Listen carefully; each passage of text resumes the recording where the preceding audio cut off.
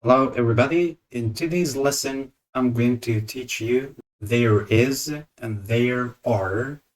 First of all, what does it mean when we say there is or there are? It means that something exists somewhere.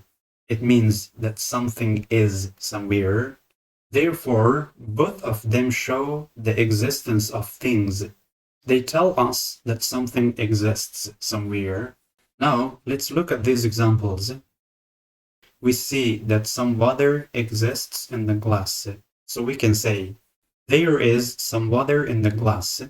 The next example, here we see a cat on the chair. It means the cat exists on the chair. Therefore, we can say, there is a cat on the chair. And the last example here, in this picture, we see two cats in a room. It means that two cats exist in the room.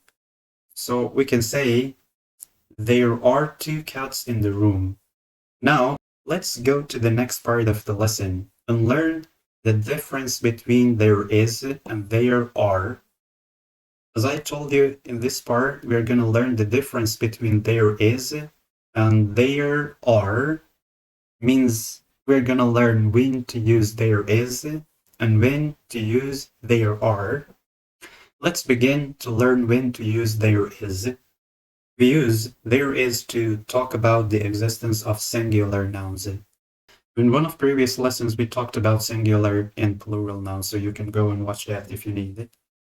Let's see the examples. There is a book. Here, the book is one, so it's singular. Therefore, we use there is. There is a book. The next example, there is a person waiting. A person is singular. Therefore, we need to use there is. And then we use there is to talk about the existence of uncountable nouns. Uncountable means the nouns that we cannot count them. Like these examples, there is some sugar.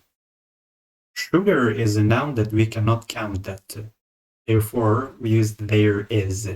The next example, there is much water. The water is uncountable as well, so we use there is. Shortly, we can say that we use there is for singular nouns and uncountable nouns. Now let's learn when to use there are. We use there are to talk about the existence of plural nouns when there exist more than one thing. Like these examples, there are two books. Two books. It's plural, so we have there are. The next example, there are some people. Some people means more than one. Therefore, it's plural, so we use there are. The next example, there are four cars. There are many colors. And now the last example, there are some apples. Here, as you can see, all these nouns are plural, means more than one. So we use there are.